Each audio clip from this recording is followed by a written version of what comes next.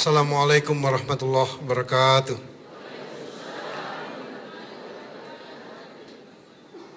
Yang saya hormati, saya banggakan dan saya muliakan Al-Mukarram Ustaz Bapak Bakhtiar Natsir LCMM dan beserta seluruh rombongan.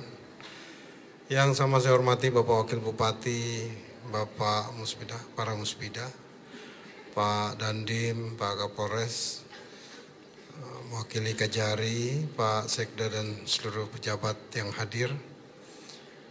Yang sama saya hormati para tokoh-tokoh masyarakat, hadir Ketua Dewan Pendidikan. Yang sama saya hormati Ibu Wakil Bupati dan Ibu mantan Wakil Bupati, Ibu Kareng Lili hadir di sini, Bu Sekda dan seluruh pejabat pemerintah Kabupaten Bantaeng, dan juga yang sangat saya muliakan seluruh majelis taklim Kabupaten Bantaeng yang hadir pada sore hari ini. Dan yang terakhir, yang paling saya sayangi, istri saya, Ketua Tim Penggerak PKK Kabupaten Bantaeng. Alhamdulillahirrabbilalamin, wabihi nasta'inu ala umuri dunia wa din. Wassalatu wassalamu ala asrafil anbiya wal mursalin Sayyidina wa maulana Muhammadin wa ala alihi wa sahbihi ajma'in. Rabbi israh li sadri wa yassir amri wa yuratan min lisani yafqahu qawli. Tiada kata yang patut kita ucapkan pada hari ini kecuali rasa syukur kita pada Allah Subhanahu wa taala, Tuhan yang Maha Kuasa. Di sore hari ini kita semua dipertemukan pada sebuah acara, yaitu Tablik Akbar, yang insya Allah kita akan mendengarkan tausiah dari Al-Mukarram Al-Ustaz Bapak Bakhtiar Natsir, yang mana beliau saya kira tidak asing lagi bagi kita, dan ini adalah momen yang sangat bagus sekali dalam rangka semakin memperkuat dan mempertebal rasa keimanan kita, terutama para pemangku kepentingan, para pejabat, para ibu-ibu yang mendapat amanah untuk mengurus daerah yang kita cintai bersama ini. Salawat dan taslim kita curahkan pada junjungan Nabiullah Muhammad SAW beserta seluruh keluarga dan sahabatnya. Bapak Ustaz yang saya hormati, izinkan saya melaporkan yang hadir pada hari ini adalah hampir seluruh pejabat pemerintah Kabupaten Bantaeng, para musbida, para tokoh-tokoh masyarakat, para majelis taklim, ya.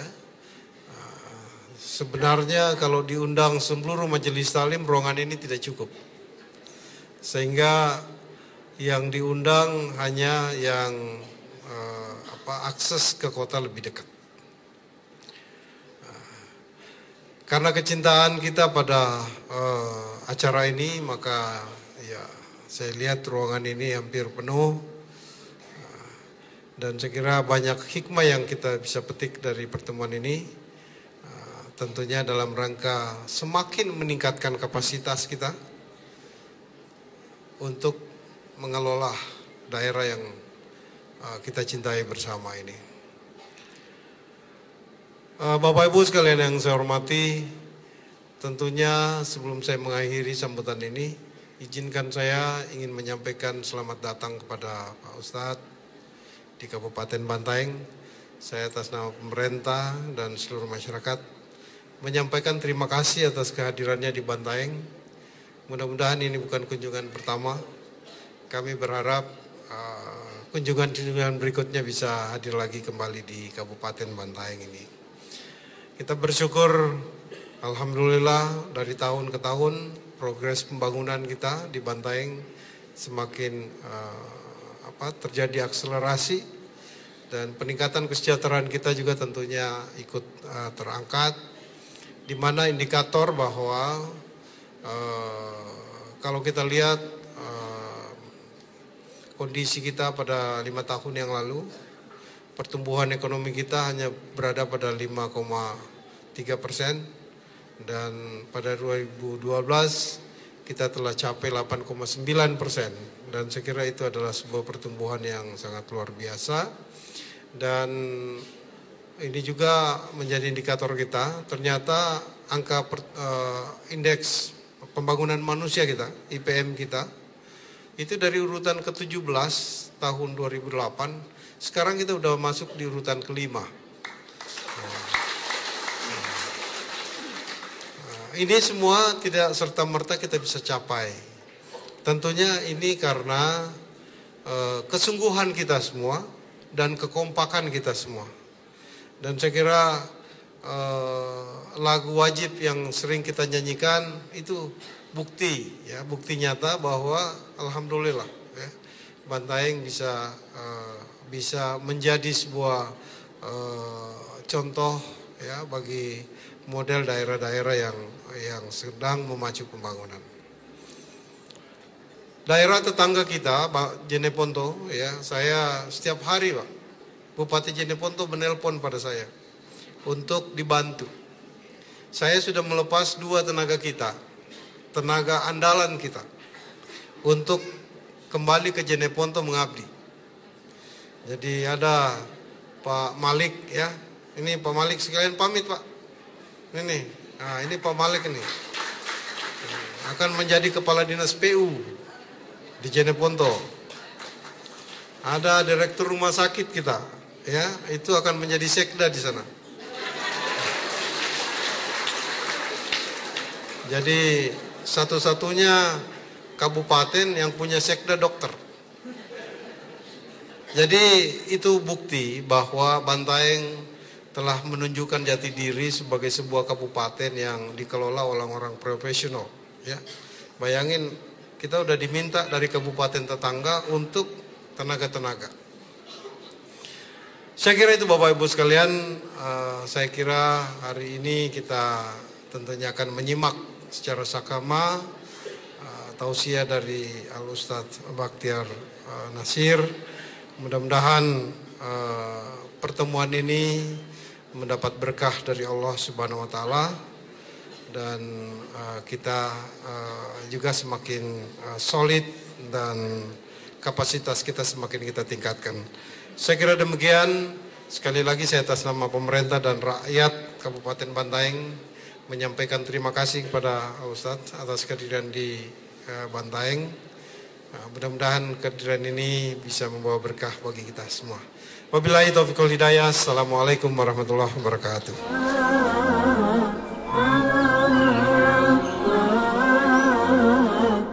Bismillahirrahmanirrahim. Assalamualaikum warahmatullahi wabarakatuh.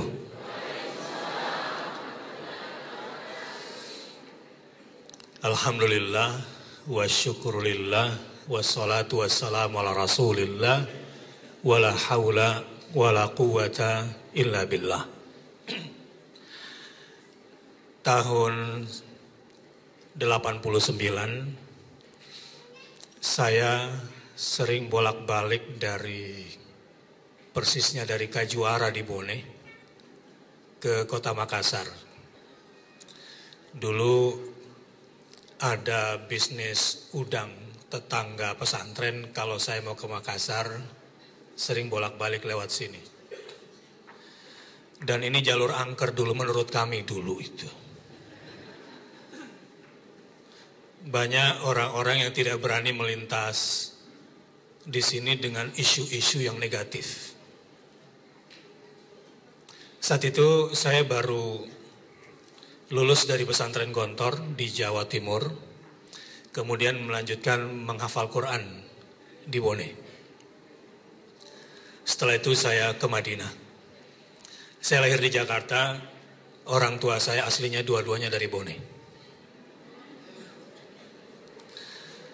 Jadi hari ini tidak tausiah tapi curhat judulnya. Tetapi sekarang Ada lagu baru. Baru sekarang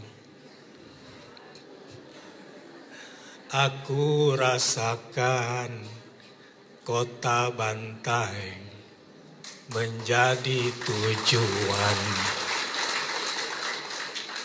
Ya, 2013 kemarin, setiap saya mau ke Bone, saya minta lewat pinggir laut, tidak lewat Cambak.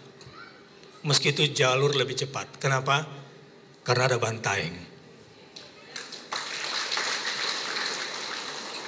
Ini curhat Pak ya. Ada suasana yang berbeda yang saya dapati. Saya bilang sejak tahun, katakanlah awal akhir 89 masuk 90, dengan suasana yang terakhir ini. Tapi yang membahagiakan lagi, nama Bantaeng ini sampai ke Jakarta saya dengar. Dan alhamdulillah yang saya dengar juga adalah kebaikan-kebaikan masyarakatnya yang tentu mendapatkan keberkahan karena kebaikan para pemimpin-pemimpinnya. Jadi saya mohon izin untuk memberikan salam hormat kepada Pak Bupati, kepada Bapak-Bapak di Muspida, dan Pak Wakil beserta orang-orang yang dicintainya. Terharu saya tadi waktu bilang, dan orang yang paling saya sayangi, istri saya.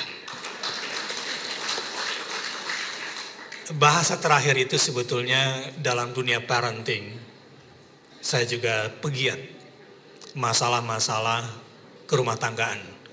Selain sebagai Sekjen Majelis Intelektual dan Ulama Muda Indonesia, saya juga dipaksa ini oleh ibu-ibu peneliti di Jakarta menjadi ketua aliansi cinta keluarga. Banyak lelaki bisu yang tidak bisa mengucapkan seperti tadi. Tapi pemimpin kita hebat sekali. Bapak-bapak senyum-senyum tersipu, benar katanya begitu. Bukan cuma suami bisu terhadap istri yang tidak pandai memuji, tetapi anak-anak remaja kita sekarang juga menghadapi persoalan lapar ayah. Dalam sebuah konferensi ayah internasional, saya juga bergerak di dunia ini. Selain saya juga sebagai ketua Indonesia untuk organisasi internasional Lembaga Tadabbur Quran Dunia, dan saya perwakilan Indonesianya. Dan ini adalah sebuah lembaga mengembalikan umat kepada Al-Quran dengan metode yang diinginkan oleh Al-Quran. Karena selama ini kita ini kalau baca Quran umumnya dengan 4 pendekatan. Baca kalau sempat, mempelajari kalau sedang mood, lagi mau, dihayati kalau sedang ada masalah, dan diamalkan kalau menguntungkan. Sejujurnya ini 4 pendekatan. Mudah-mudahan saya salah. Dan saya Pak Bupati punya indikator lain dalam melihat sumber daya manusia. Jadi IPM saya sebagai seorang guru ngaji tentunya menemukan kondisi di lapangan maksimal orang Indonesia yang punya Quran itu cuma 15%. Walau ada penelitian sampai 22%. Dan orang Indonesia yang bisa baca Quran maksimal 20%, bukan tajwidnya, pokoknya bisa menyambung. Dan yang menyedihkan, orang Islam yang sudah punya Quran terjemah, karena tidak paham bahasa Arabnya dan ingin paham pesan Tuhannya dalam tafsir bahasa Indonesia, yang 1 jilid punyanya Departemen Agama itu, saya keliling Indonesia sejak 17 tahun yang lalu, lakukan penelitian, rata-rata cuma 2% yang pernah membaca terjemahan dari Al-Fatihah sampai An-Nas. Saya takut ngecek di sini, takutnya benar. Berani menerima tantangan saya? Yang pernah membaca Quran terjemahan karena tidak paham pesan Tuhan dalam bahasa Arabnya dan ingin tahu isi pesan Tuhannya di dalam Al-Quran, kemudian pernah sekali saja seumur hidup membaca terjemahannya dari awal sampai akhir, sekali saja seumur hidup, boleh saya minta untuk berdiri? Jangan takut teriak, dan saya tidak minta untuk tawadhu. Ini sekedar penelitian supaya saya tidak salah memberikan data. Yang pernah, kalau boleh saya bermohon kepada Ibu Bupati, berikan hadiah nanti satu mushaf Quran buat mereka yang pernah sekali saja seumur hidup pernah membaca terjemahan tafsir bahasa Indonesianya sekali saja sampai khatam. Untuk perempuan, saya berharap Ibu Bupati bisa memberikan hadiah satu mushaf Quran. Nanti kita bantu siapkan. Ada yang pernah? Berdiri. Satu. Ada lagi? Berdiri, tetap berdiri Ibu. Ada satu lagi. Saya cuma ingin buktikan Pak Bupati dan Pak Wakil. Ibu-ibu jangan takut teriak. Jangan, saya sedang lakukan penelitian secara random saja. Ada satu perwakilan dari saf nomor 2. Ada lagi yang lain? Oke, bapak-bapak, saya tidak minta bapak-bapak tawadhu dan jangan takut teriak. Saya cuma ingin menjadikan bapak teladan bagi yang lain. Siapa yang sekali saja pernah seumur hidup? Satu. Berdiri satu lagi Pak. 2. Kemudian 3. Tolong panitia dicatat. Stop. Assalamualaikum. Assalamualaikum. Kira-kira penelitian saya tadi salah nggak? 4 dari sekian ratus. Alhamdulillah ada perwakilannya. Baik. Saya ingin memulai dengan membacakan sebuah hadis Nabi SAW. Inna Allaha yarfa'u bihadzal kitabi aqwaman wa yadha'u bihi akharin. Sesungguhnya Allah akan mengangkat derajat satu kaum, sebuah bangsa, sebuah provinsi, dan sebuah kabupaten jika di situ muslimnya mayoritas adalah dengan Quran ini. Sejalan dengan penghormatan mereka terhadap Al-Quran, semua liya itu pula mereka akan diangkat oleh Tuhannya. Wa yadha'u bihi akharin. Dan seiring cara mereka merendahkan Al-Quran, maka serendah itu pula mereka akan kurendahkan. Ini barometer Nabi SAW dalam membangun sebuah peradaban. Sekali lagi, ini cara pandang guru ngaji. Dan beginilah Nabi membangun peradaban dunia ini. Ngobrol-ngobrol tadi, banyak inspirasi yang saya dapatkan dari Pak Bupati, karena sebetulnya saya sudah lama Pak ingin ketemu. Ingin bertanya sesuatu yang paling detail. Mungkin tadi Pak Bupati serasa sedang diinterogasi, barangkali mohon maaf karena pertanyaan saya agak menukik, karena sebetulnya saya sedang mencari ilmu. Perjalanan saya ini saya anggap adalah perjalanan belajar dan menuntut ilmu. Sebab the great university is universe. Universitas terhebat di muka bumi adalah jagat raya ini. Alam yang kata orang Minang barangkali alam terkembang menjadi guru. Dan guru-guru yang ada di jagat raya ini adalah guru-guru yang jujur, yang tidak pernah memberikan contoh buruk bagi orang yang mau belajar di sini. Saya dari sudut pandang saya pribadi melihat, terserah ini barangkali subjektif dan sangat parsial dari sudut pandang saya. Dari hasil obrolan saya tadi, apa yang membuat Bantaeng ini sebetulnya pada awalnya bisa berubah menjadi begini bersih, hijau, indah, dan destinasi wisata karena orang-orangnya berbahagia. Sebuah tempat jika orang-orangnya tidak berbahagia, mana mungkin orang-orang mau datang ke sini. Dan ini barangkali karena orang-orang di sini berbahagia, insya Allah. Sehingga orang-orang yang lain yang ingin mencari kebahagiaan datang ke sini. Yang saya tangkap, dan mudah-mudahan ini bisa menjadi inspirasi bagi semua pejabat yang ada di lingkungan beliau. Saya kemudian mencari ayat yang menjadi rumusan. Beliau memulai pembicaraan bahwa Bantaeng ini sebetulnya memiliki potensi yang dahsyat, luar biasa.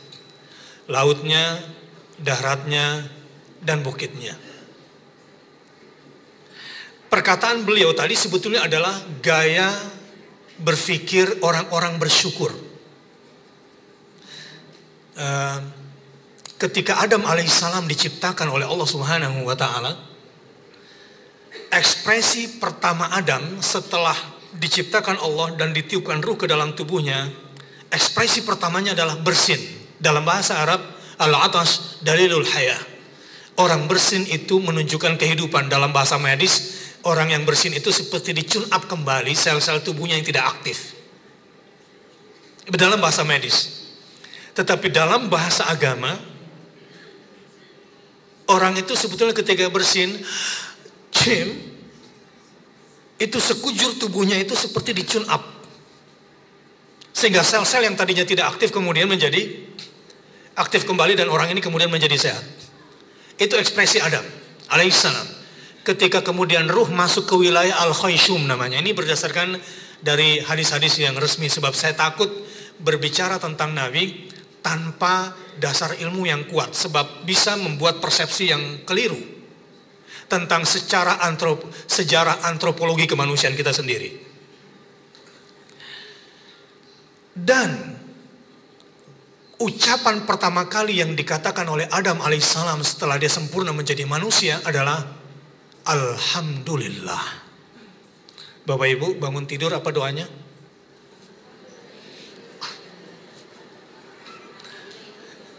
Apa? Allahumma barik lana. Salah ya. Allahumma jannibna syaitan.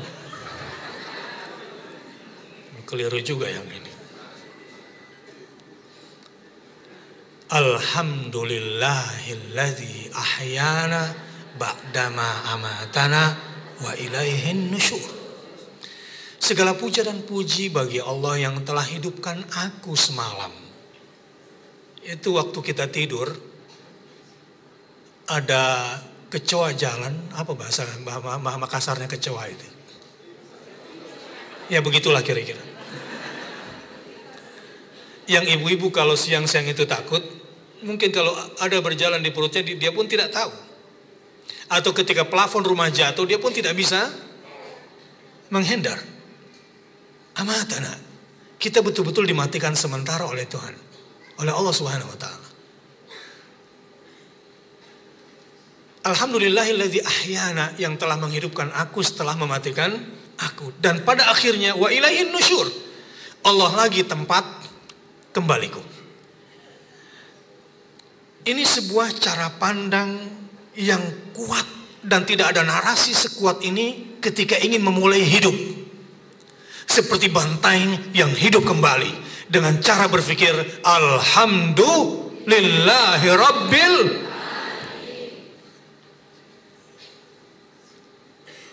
Ibu-ibu, pasangannya ikan asin sayur apa?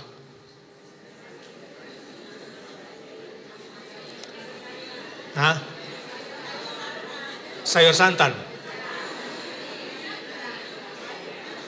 Kalau orang Bantaeng, pasangannya ikan asin sayur apa? Terong. Sayur terong. Kero. Apa itu? Kelor. Kelor. Kayak daun katuk. Cocok. Oke, deal, sepakat. Satu hari suami pulang. capek pulang kerja, pejabat pula kira-kira di sebuah pemerintah daerah. Nah, sampai di rumah ada nasi, ada ikan asin, dan sayur sop. Jangan dulu bilang tidak cocok. Kalau orang Jawa, pasangan ikan asin apa Pak? Sayur asam. Saya orang Bugis tapi lidah udah Jawa, ini masalahnya. Yang ada di rumah sayur sop. Lihat bagaimana suami yang tidak bersyukur. Bersungut-sungut dia pulang. Bibirnya lancip seperti kukusan. Marah. Kalau ada suami suka marah, memang itu bawaan orok itu sebetulnya, egois itu suami. Jadi kalau mau dicek apa kesalahan terbesar suami adalah egois biasanya Pak. Betul Bu?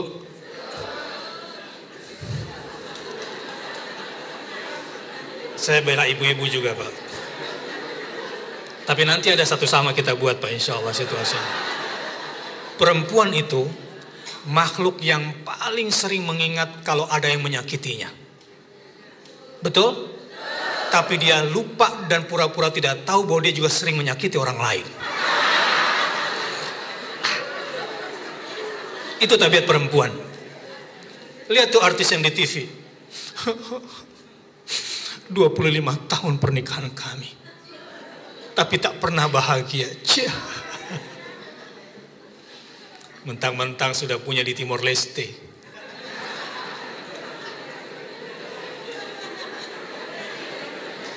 Seakan-akan 25 tahun pernikahan tidak pernah bahagia. Itulah perempuan aslinya Pak. Kembali ke sayur tadi. Itu kalau kurang bersyukur seperti itu.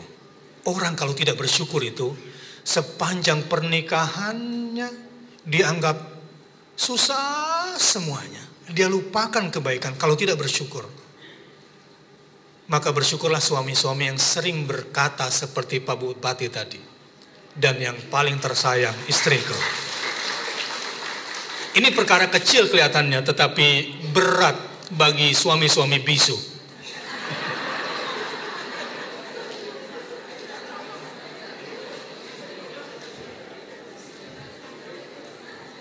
Pak, memang kita sudah tua. Memang kita sudah tua, kita tidak gadis lagi. Tapi percayalah, sampai tua itu yang dibutuhkan oleh istrimu. Pujian, walaupun bohong tidak apa-apa, puji saja. Ya karena perempuan tuh menerima walaupun dibohongi. Asal kau utarakan padanya kata-kata baik. Ibu setuju?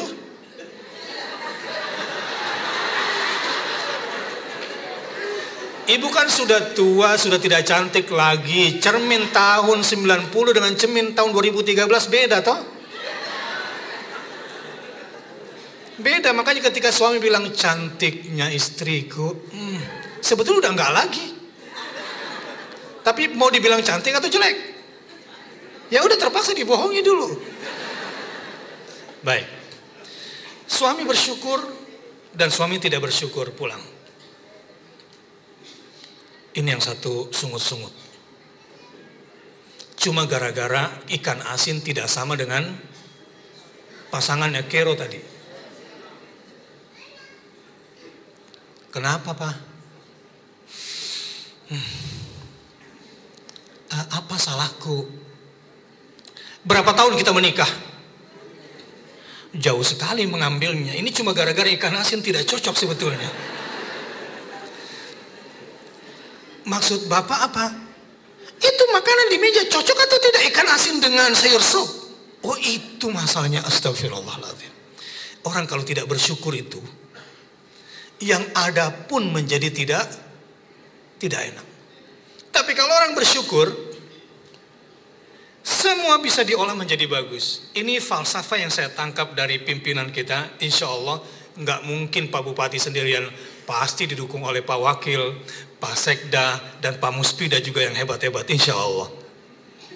Sebab kalau jajaran pimpinan ini sudah pecah, nggak mungkin rakyatnya bisa bersatu. Ini karena pimpinan di atas yang bersatu. Allahu Akbar. Bersungut-sungut, dia cuma mau bilang bahwa enggak cocok ini ikan asin dengan sayur sop. Tapi tariknya kejauhan. Berapa tahun kita menikah? Tetapi suami yang bersyukur bergaya orang kaya.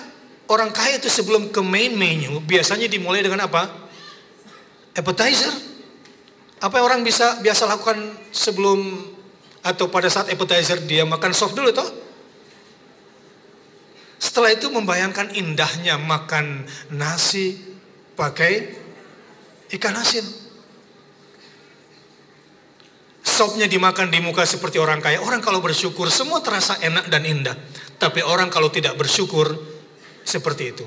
Maka saya bangga ketika banyak orang-orang Bantaeng dulu pergi ke Malaysia, pergi ke Makassar, pergi ke Palopo cari kerja. Hanya gara-gara tidak ada yang memulai berpikir bersyukur. Tapi setelah banjir kemudian tidak ada. Dimulai dari sebuah penampungan yang juga tidak cukup-cukup banget lah kira-kira bahasa Jakarta seperti itu. Tapi kemudian la in syakartum la azidannakum. Kesyukuran para pemimpinnya dalam berpikir, bersikap dan bertindak. Kesyukuran para pejabatnya inilah yang kemudian mendatangkan rahmat Allah kepada Bantaeng ini. Saya cuma mengangkat sesuatu yang sudah ada. Kalau ingin sempurna, ada rumus di dalam Al-Quran, ada kaidah yang dicatat. A'udzubillahi minasyaitonirrajim. Fadhkuruni adzkurukum washkuruli wala takfuruni. Ini kaidah.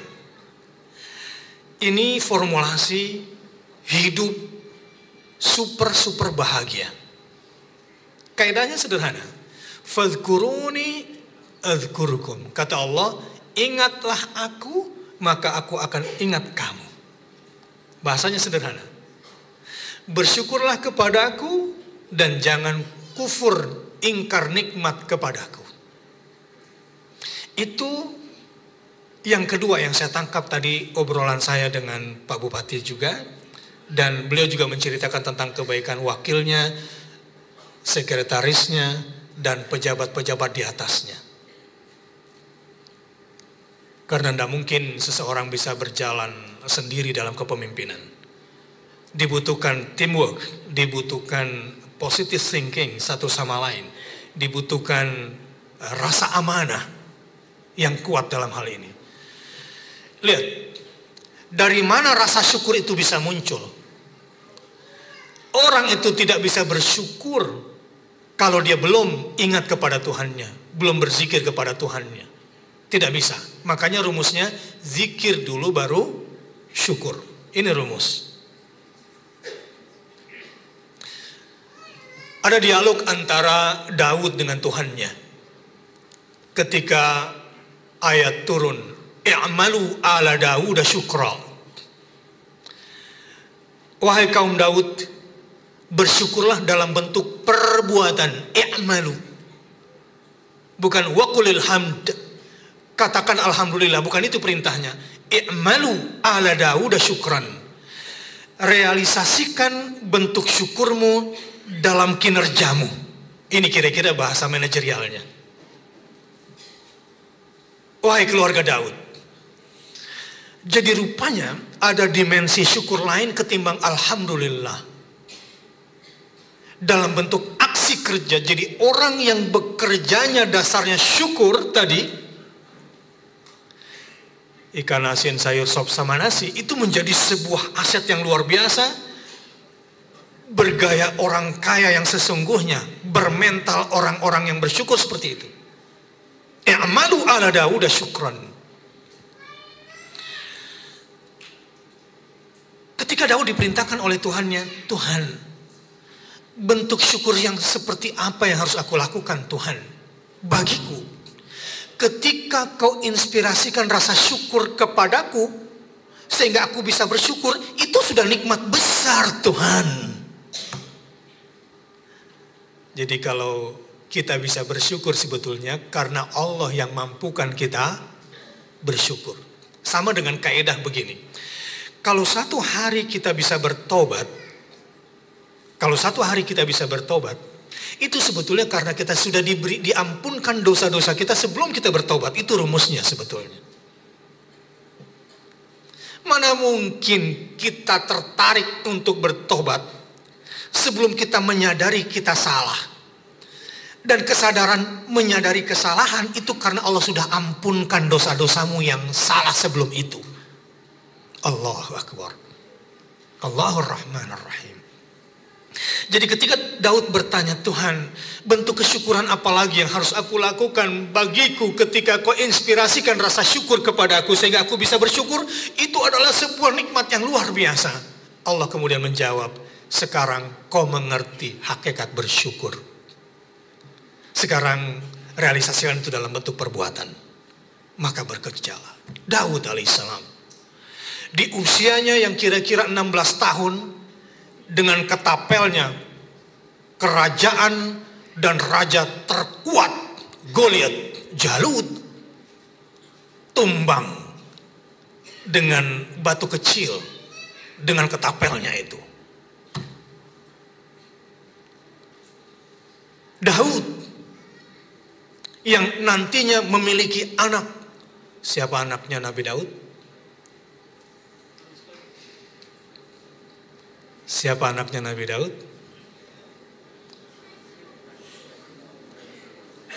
Anak-anak TK sudah hafal semua. Nabi Sulaiman, betul. Ada yang jawab tadi, saya dengar di situ bisik-bisik. Sulaiman adalah ya nabi, dia juga raja. Kemudian punya anak bernama Sulaiman dengan ilmu hikmah yang Allah berikan kepadanya. Nah, sekarang saya mau masuk. Kalau ingin jadi hamba yang pandai bersyukur dalam bekerja dan berbuat, dimulai dengan selalu menyebut nama Allah dulu. Bantaeng bisa begini sebetulnya bukan karena bupati, karena Allah. Sepakat Pak?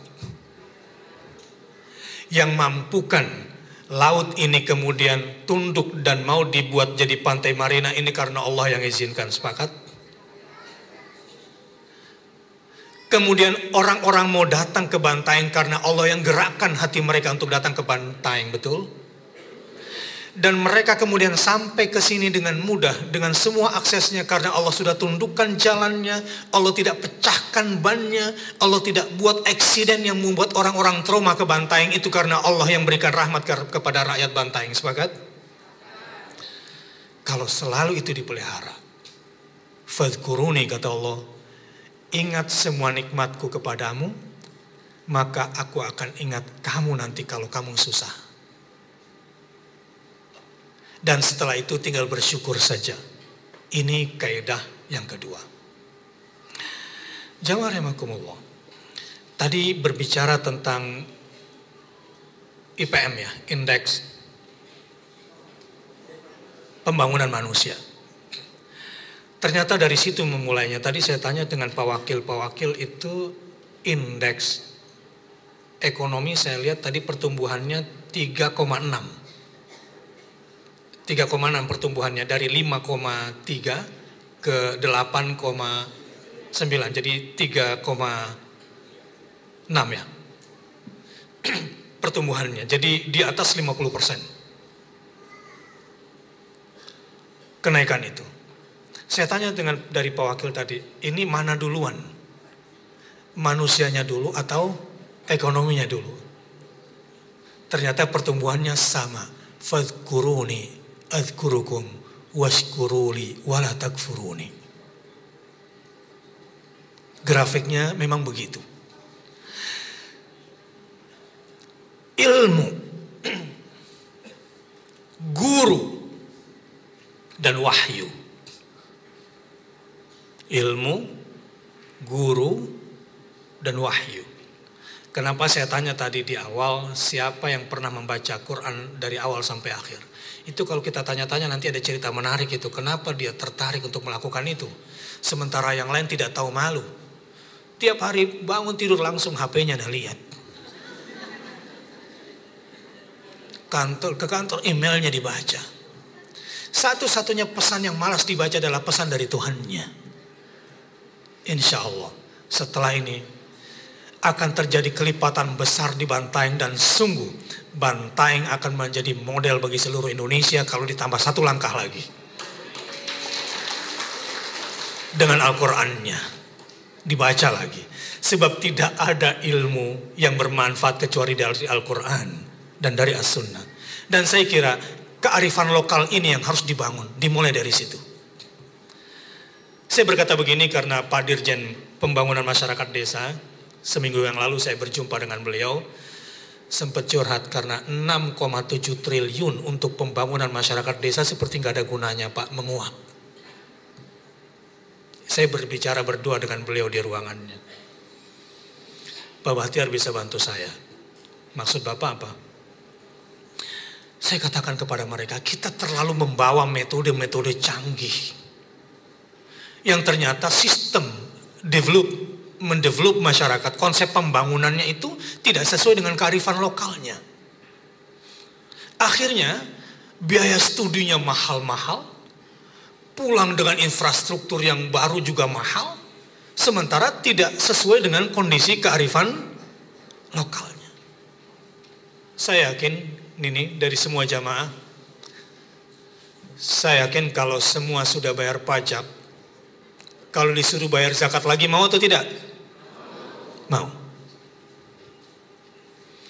Ini sebetulnya sebuah potensi ekonomi yang luar biasa kalau ini mau digali. Dan insya Allah nggak ada orang miskin di Bantaeng ini. Dan betul-betul mudah-mudahan cita-cita baldatun thayyibatun warabbun ghafur betul-betul dimulai dari Bantaeng ini. Tapi saya bilang satu langkah lagi. Apa langkahnya? Saya mau bawa ke wahyu. Begini, saya ingin jelaskan Pancasila, sila keempat. Karena beliau tadi juga menjelaskan kepada saya, sering memberikan pertanyaan kepada anak-anak tentang sudah hafal Pancasila atau tidak. Dan ini juga penting barangkali buat jamaah dan buat para pejabat. Liberalisme luar biasa di Indonesia ini.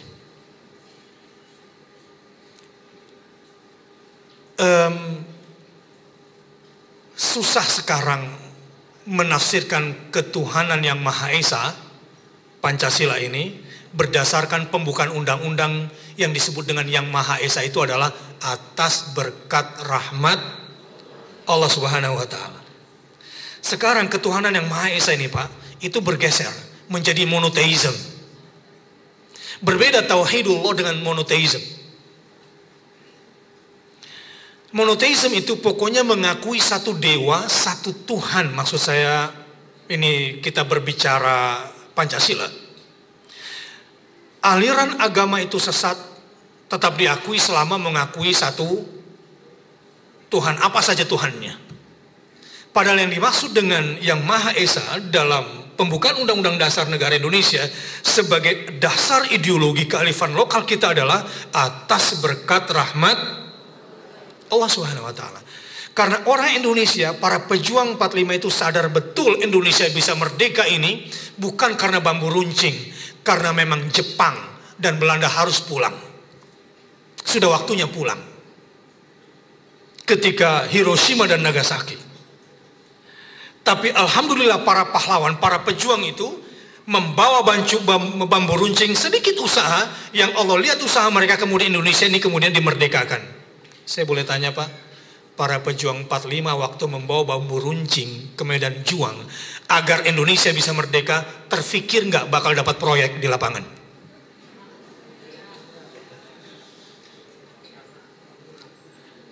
Ketika mereka pekikkan merdeka atau mati, lalu mereka perang gerilya, terfikir nggak oleh mereka kira-kira dapat gaji berapa nanti pulang perang itu? Tidak. Perlu diketahui 70% daripada anggaran belanja negara itu untuk menggaji pegawai negeri. Berarti kalau tidak amanah, separuh kakinya sudah di neraka itu. Amanah. Karena negara ini menurut sila keempat dipimpin bukan oleh penguasa, bukan oleh partai, tetapi dipimpin oleh kerakyatan.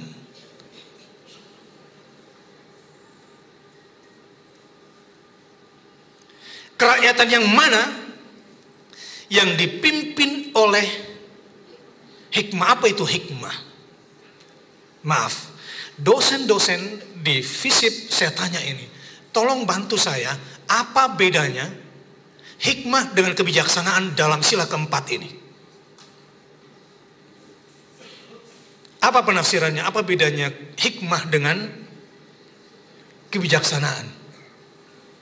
Dan apa maksud pendiri negara menempatkan kata itu? Indonesia harus kembali kepada posisinya dan ini kearifan lokal yang sesungguhnya. Maka jawabnya adalah hikmah. Kerakyatan yang dipimpin oleh hikmah. Hikmah maksudnya begini, ada orang diberi ilmu tapi tidak diberi hikmah. Ada orang diberi hikmah otomatis sudah berilmu. Karena hikmah itu artinya ilmu yang bermanfaat dan direalisasikan dalam bentuk amal saleh, pekerjaan yang benar, itu hikmah.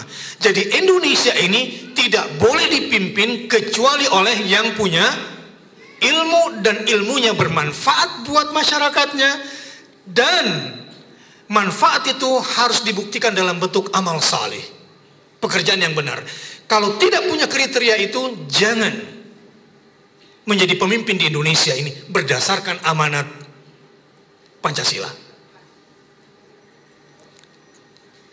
Mudah-mudahan setelah ini Bantaeng tetap cerdas memilih. Bukan pemimpinnya yang banyak duit, bukan pemimpin yang mukanya banyak dipasang fotonya, tapi betul-betul oleh hikmah. Dan Bantaeng sudah menjadi contoh teladan kalau pemimpinnya sudah punya hikmah itu. Saya cuma sekedar mengangkat, dan kita semua para pemimpin di sini kalau ingin menjadi pemimpin yang amanah harus belajar dan menempatkan rakyat sebagaimana pada posisinya. Maka berbahagia sekali hari ini saya berada di Rujab tadi, karena apa yang saya rasakan tentu akan saya ceritakan di mana-mana. Ini tugas saya sebagai seorang guru ngaji dan saya sekeliling Indonesia untuk ini. Dan saya tidak ingin berceramah, tetapi saya ingin betul-betul menangkap, kemudian mengungkapkan, kemudian berbagi. Berbagi kebaikan dan berbagi keberhasilan.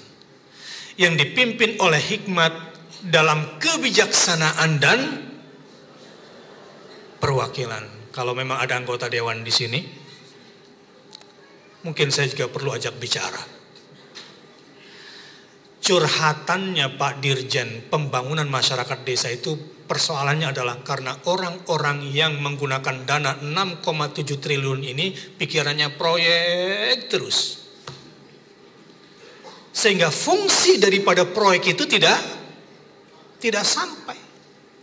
400 juta sudah disiapkan untuk seluruh desa di seluruh Indonesia. Apa 400 juta itu? Gedung posyandu, sampingnya PAUD, di sampingnya lagi untuk kegiatan ibu-ibu supaya one stop services. Setelah dibangun 400 juta, selesai, kosong ruangan itu. Lapuk dan kemudian roboh. Kenapa? Karena tidak amanah. Apa yang menyebabkan dia tidak amanah? Tidak ingat Allah, tidak bersyukur, sehingga bekerjanya kurang bersemangat kalau tidak mendapatkan uang. Kalau bahasanya orang Jakarta begini, sebagai pegawai dia kan sudah digaji, kemudian dapat proyek, disuruh mengerjakan proyek lain, tapi kalau tidak mendapat komisi, orang Jakarta bilang ini mah kerja bakti namanya. Kalau di sini apa istilahnya?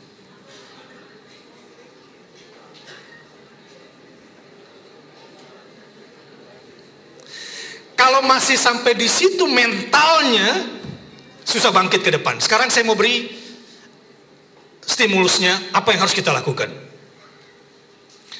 Pak Ustadz, tolong saya, dampingi saya untuk membina ribuan fasilitator kami di seluruh Indonesia. Oke, apa yang harus saya lakukan, Pak? Tolong saya untuk membina ribuan fasilitator saya di seluruh Indonesia di bawah Depdagri, agar mereka punya mental volunteer, katanya. Mental volunteer atau relawan. Saya tersenyum, mungkin ini bahasa SDM penting, tapi bagi saya mental ikhlas, mental berkorban, mental juang, ini yang paling dibutuhkan untuk membangun negara kesatuan Republik Indonesia ini. Sepakat? Baik, begini. Dulu waktu saya masih SD, ada pelajaran bahasa Indonesia begini. Kusir ini kemudian punya kuda pemalas. Sudah dipecut tidak mau juga jalan. Kalau bapak-bapak punya rumus apa supaya kudanya ini mau cepat berjalan, supaya delmannya ini bekerja? Apa yang harus bapak-bapak lakukan? Katanya kasih remason kemaluannya gitu. Iya, tapi kan dia lari entah kemana, tidak sesuai dengan aturan, itu cuma karena kepanasan. Begini, di buku bahasa Indonesia saya itu, yang saya ingat dulu, kusir kemudian menggantungkan makanan kuda yang sudah diberi kacamata kuda itu di depannya, kalau tidak salah begitu. Umur saya baru 48 tahun. Oke, di depan kuda. Si kuda ini kemudian terobsesi untuk mengejar, terus mengejar. Kira-kira kapan dia bisa makan itu? Kemanapun dia berlari, kira-kira kapan baru dia bisa makan? Kalau si kusir berbaik hati untuk memberi makan. Dari cerita sederhana itu, begini. Saya ingin tanamkan yang namanya a passion plus komitmen sama dengan workaholic dalam bingkai positif. Kenapa kuda ini mau bekerja keras? Karena ada materi di depannya. Dan saya beritahu sekarang, agama orang sekarang ini materialisme. Tuhannya orang sekarang ini uang. Dan akidahnya itu time is. Ini yang sekarang sedang merebak. Di Jakarta, Pak, itu orang kalau kita kasih bantuan, kemarin saya ini 1 minggu ini terus berkeliling, dan saya mendapatkan bukti dari seluruh pengungsi muslim, termasuk waktu ke Aceh, yang sholat itu tinggal 30% saja. Orang Islam yang sholat sekarang tinggal 30%. Ini berbahaya. Sekali lagi, ini sudut pandang guru ngaji dalam menilai indeks pembangunan manusia dengan indikator-indikator inilah ya seperti itu. Mereka dikasih sarung karena kemarin disuruh sholat tidak punya sarung, dikasih mukena karena kemarin disuruh sholat tidak punya mukena. Sudah dikasih sarung dan mukena, dia bilang lagi mens. Harganya itu saya hitung-hitung lebih 300.000.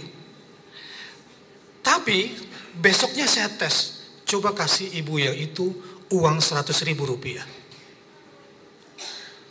Dia ambil uang itu. Terima kasih ya, terima kasih ya. Kemarin waktu terima sarung dan mukena, makasih ya.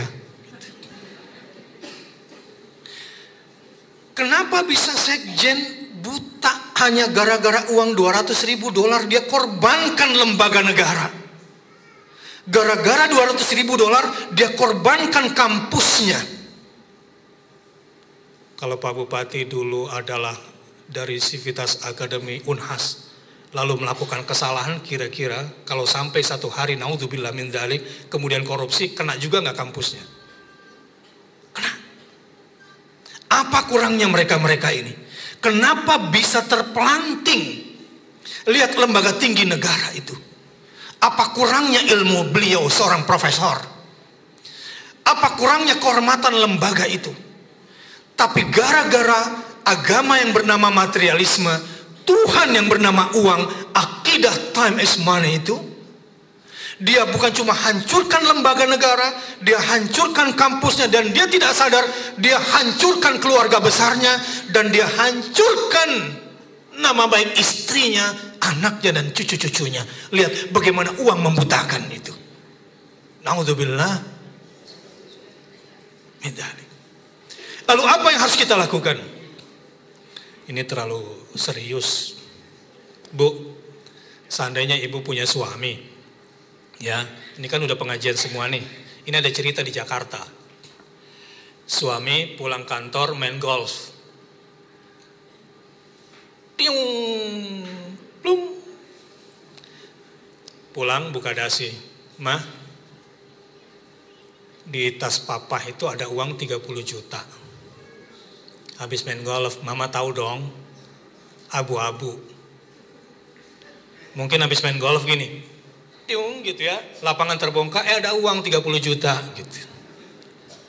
Ini yang miskin-miskin gak paham cerita ini. Karena saya bicara pada level pejabat ini. Kalau ibu-ibu jadi istrinya, kira-kira ambil atau jangan uang itu?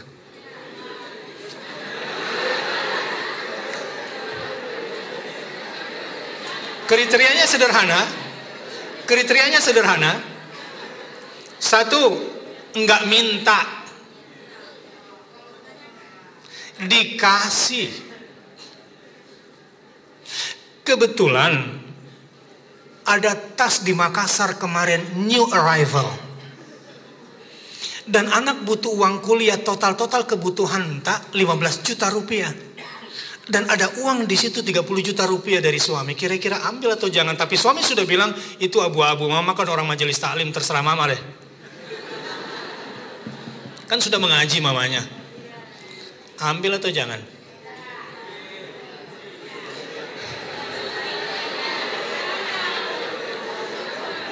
Hah? Belum ngelihat aja, jangan. Coba dikasih lihat di depan matanya. Di Jakarta itu biasa. Hari ini korupsi, besok pergi umroh itu biasa. Gaya hidup orang-orang sekarang, hari ini mark up, hari ini dapat komisi haram, besok bantu masjid itu biasa. Dia pikir Tuhan bisa dikibulin begitu. Ini biasa. Mama-mama di sana itu, terutama Mahmud, mamah muda.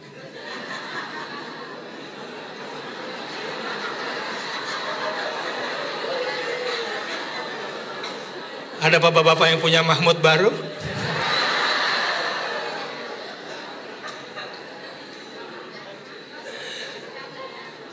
Oh iya Pak, habis main golf dapat duit 30 juta dari mana? Ya, mama tahu lah, kan posisi papa begini. Ya ampun, gimana ya? Allah itu baik ya. Itu mungkin karena semalam mama tahajud kali Pak ya.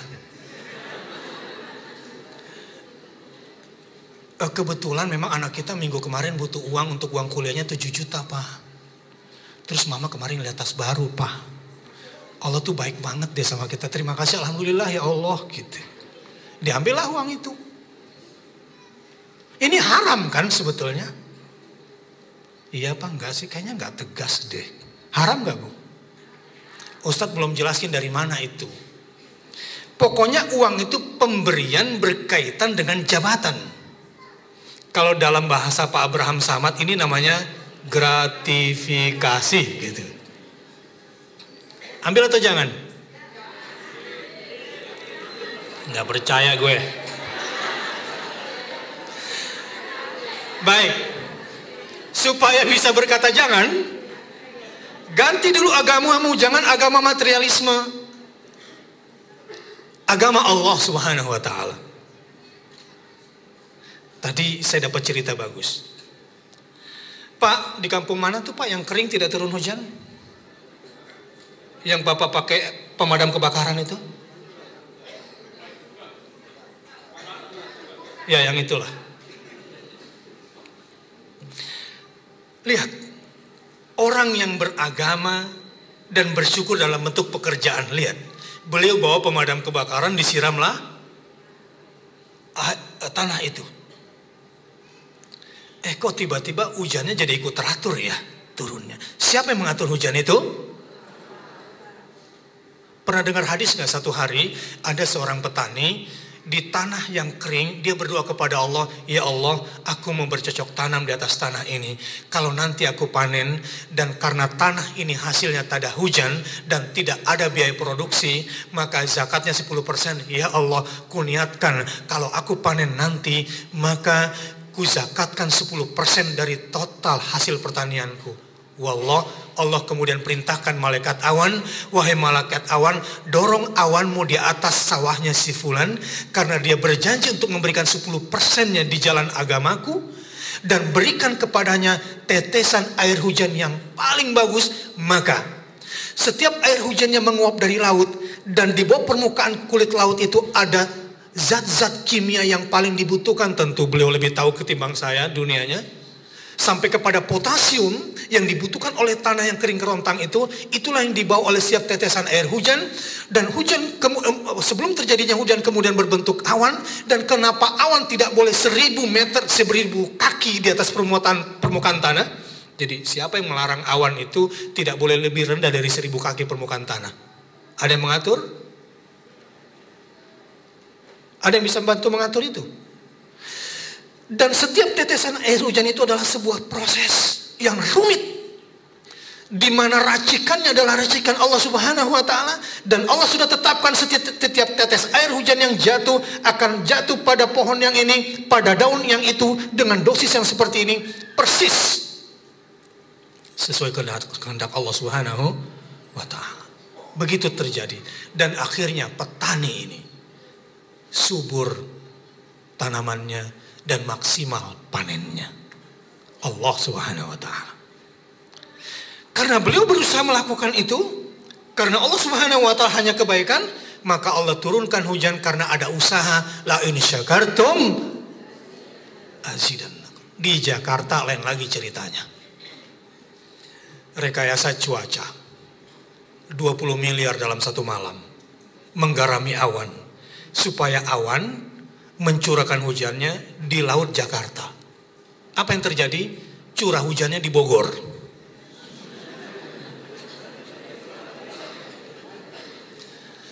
Kalau hujan di Bogor, ya Jakarta lagi yang kena. 20 miliar. Memangnya Tuhan bisa dimain-mainin kayak begitu untuk pencitraan proyek-proyekan? Nggak bisa. Tunduklah pada Allah Subhanahu wa ta'ala, dan berjalan di atas jalan itu. Ajarkan kepada anak-anakmu Al-Quran. Demi Allah, mudah-mudahan saya diizinkan Allah Subhanahu wa ta'ala untuk bisa kesini lagi. Bukan cuma orang tuanya, saya juga ingin mengajar anak-anak SMA dengan konsep Al-Quran yang saya sudah punya, untuk membangun karakter yang saya lihat kurikulum 2013 juga perlu penyempurnaan yang mendasar.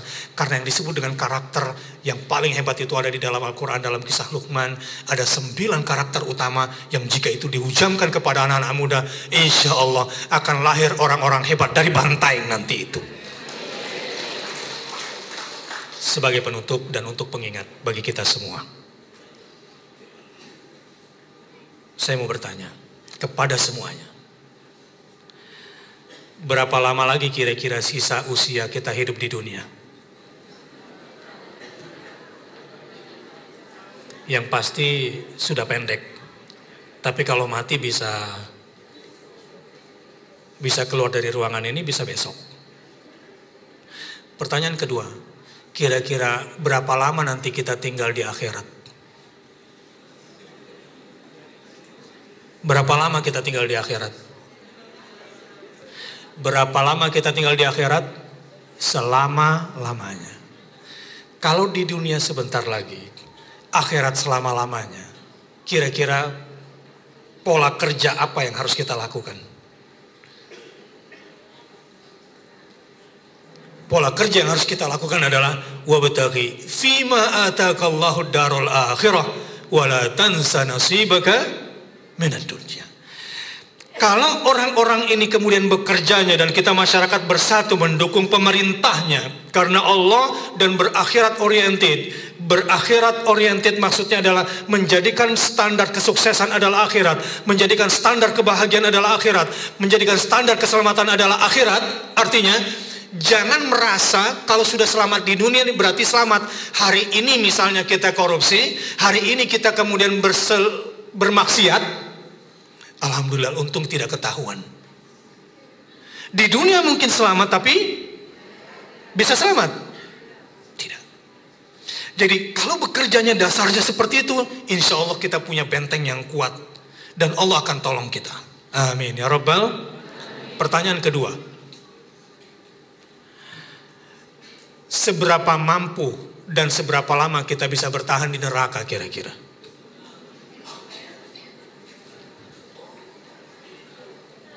Inna adzabaha kana gharama, innaha sa'at mustaqarra wa muqama. Azabnya sangat pedih, tak sanggup kita menahannya. Dan kalau di dunia yang sebentar ini pada akhirnya harus abadi di neraka, itulah seburuk-buruk tempat kembali, dan itu adalah sejelek-jelek status akhir kehidupan kita. Pertanyaan ketiga. Rencananya minta ditemani oleh siapa nanti di dalam kubur?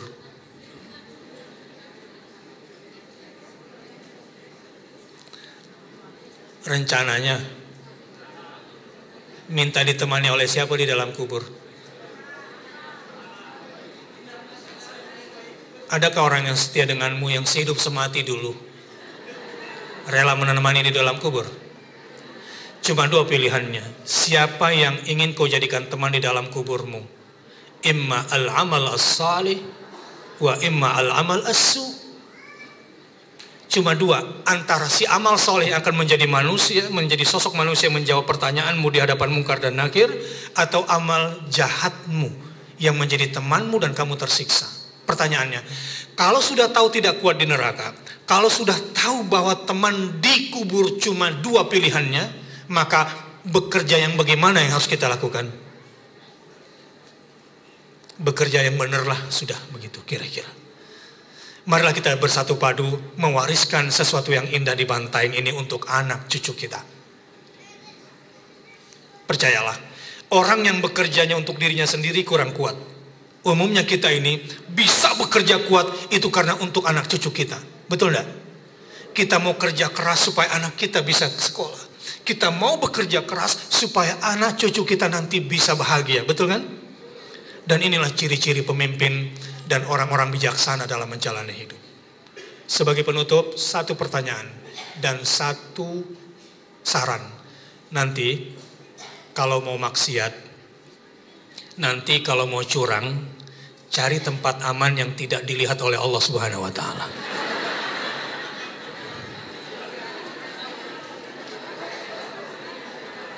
Cari. Hah? Di mana katanya? Impossible. Tidak ada tempat. Mudah-mudahan yang sedikit ini untuk mengingatkan kita semua, dan mudah-mudahan kita doakan juga pemerintah kita tetap sayang kepada rakyatnya, dan kita doakan pula semoga Bantaeng ini betul-betul menjadi destinasi orang-orang yang ingin mencari kebahagiaan. Karena di sini orang-orangnya sudah berbahagia. Jadi setelah semua indeks-indeks tadi Pak Bub dan Pak Wakil, kita perlu membuat lagi indeks kebahagiaan rakyat Bantaeng. Dan ternyata indikatornya gampang. Sudah ada hormon kesedihan dalam tubuh orang, yang jika itu diukur bahwa orang itu sedang bersedih dan sekarang tidak bisa ditipu. Bahwa ternyata kebahagiaan dan kesedihan seseorang itu bisa diukur. Bagi yang ingin berbahagia, mari sama-sama kita berzikir dan berdoa kepada Allah Subhanahu wa taala. Dan orang-orang yang bersedih adalah orang-orang yang tidak berzikir dan berdoa kepada Allah Subhanahu wa taala. Astaghfirullahaladzim. Astaghfirullahaladzim. Astaghfirullahaladzim wa atubu ilaih. Alhamdulillahi rabbil alamin. Hamdan yuafi ni'amahu wa yukafi'u mazidah. Ya Rabbana walakal hamd. Kama yanbaghi li jalali wajhikal karim wa 'azimi sultanik. Allahumma salli ala Muhammad wa ala ali Sayyidina Muhammad. Ya Allah, Ampunkan dosa-dosa kami. Maafkan khilaf dan salah kami. Ampunkan kekeliruan-kekeliruan kami ya Allah. Ya Rahmanu ya Rahim. Ya Syakuru ya Syakur. Ilhamkan ke dalam jiwa kami kekuatan untuk bisa selalu merasakan kebaikan-kebaikan-Mu, sehingga kami bisa menjadi hamba yang pandai bersyukur terhadap kebaikan-kebaikan yang telah Kau berikan kepada kami. Allahumma inna nas'aluka ridhaka wal jannah wa na'udzubika min sakhatika wan nar. Ridhamu ya Allah, ridhamu. Yang menyebabkan semua kenestapaan hidup kami adalah karena hawa nafsu kami, adalah karena kami selalu ingin ikuti keinginan kami sendiri, padahal yang kami butuhkan di dalam hidup kami adalah ridhamu ya Allah. Allahumma inna nas'aluka ridhaka wal jannah. Ridhamu yang bisa membawa kami kepada surgamu, murkamu yang akan menjerumuskan kami ke dalam nerakamu. Rabbana zalamna anfusana wa illam taghfir lana wa tarhamna lanakunanna minal khasirin. Ya Allah, kamilah yang selama ini telah menganiaya diri kami sendiri. Kamilah yang telah berbuat jahat terhadap diri kami sendiri. Dalam kondisi seperti ini, kami pasti akan berakhir pada kerugian yang sangat besar. Kecuali jika kami mendapatkan ampunan dosa-dosa kami dari-Mu ya Allah. Kecuali jika Engkau limpahkan rahmat-Mu kepada kami. Wa illam taghfir lana wa tarhamna lanakunanna minal khasirin. Ya Allah, berikanlah petunjuk-Mu kepada pemimpin-pemimpin kami di Kabupaten Bantaeng ini. Jadikanlah pemimpin-pemimpin kami, pemimpin-pemimpin yang sayang kepada rakyatnya. Dan rakyat yang santun dan hormat kepada pemimpinnya. Rakyat yang taat kepada pemimpinnya. Ya Allah, berikan kepada Bantaeng ini rahmat-Mu, sehingga jadilah anak-anak di Bantaeng ini generasi-generasi yang ruku dan sujud kepadamu. Generasi-generasi yang salih dan salihah dan membaca Al-Quran dan menghafal kitab suci-Mu. Berikan kepada kami di Bantaeng ini guru-guru yang Kau berkahi, guru-guru yang Kau berikan hikmah kepada mereka. Berikan kepada Bantaeng ini orang-orang yang tegakkan amar ma'ruf nahi mungkar demi sebuah kebenaran yang absolut yang datang dari-Mu. Ya Allah, jadikanlah Bantaeng ini sebuah kabupaten yang orang-orangnya selalu mendapatkan ampunan dosa-dosa dari-Mu. Yang buminya, yang langitnya, dan yang di antara keduanya adalah sesuatu yang kebaikan itu berasal dari-Mu. Rabbana hablana min azwajina wa dhurriyyatina qurrata a'yun waj'alna lil muttaqina imama. Rabbana atina fid dunya hasanah wa fil akhirati hasanah wa qina adzaban nar. Wa sallallahu ala khairi khalqihi Muhammadin sallallahu alaihi wasallam. Subhana rabbika rabbil izzati amma yasifun wa salamun alal mursalin walhamdulillahi rabbil alamin. Ada closing statement dari saya. Catat baik-baik rumusan hidup ini di dalam tinta emas kehidupan kita.